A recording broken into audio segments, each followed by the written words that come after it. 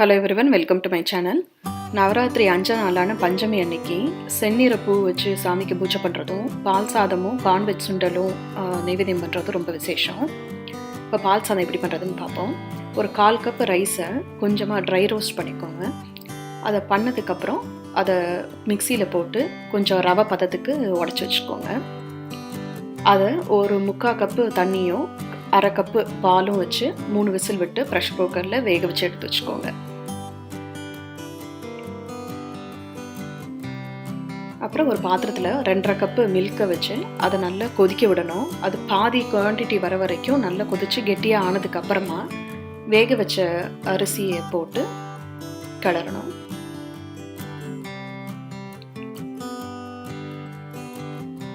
அது நல்லா கலந்ததுக்கப்புறமா கொஞ்சமாக ஏலக்காய் தூளும் 1 கப்பு சுகரும் சர்க்கரையும் போட்டு மிக்ஸ் பண்ணுங்கள். மிக்ஸ் பண்ணிவிட்டு அதை அடுப்புலேருந்து எடுத்து வச்சுருங்க.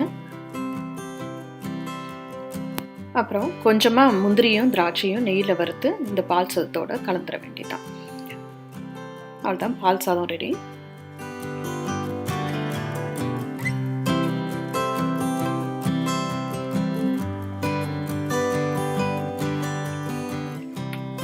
இப்போ கார்ன் வெஜ் சுண்டல் எப்படி பண்ணுறதுன்னு பார்ப்போம். 1 கப் கார்னை கொஞ்சமாக உப்பு போட்டு தண்ணியில் வேக வச்சு அடுப்பு மேலே வச்சு தண்ணியில் வேக வைங்க. அது வெந்ததுக்கப்புறம் தண்ணியை வடிகட்டிட்டு தண்ணி எடுத்து வச்சுக்கோங்க.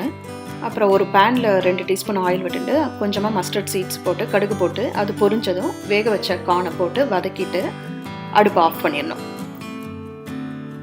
ஒரு 2 கேரட்டை நல்லா துருவிட்டு அதை போட்டு மிக்ஸ் பண்ணுங்கள்.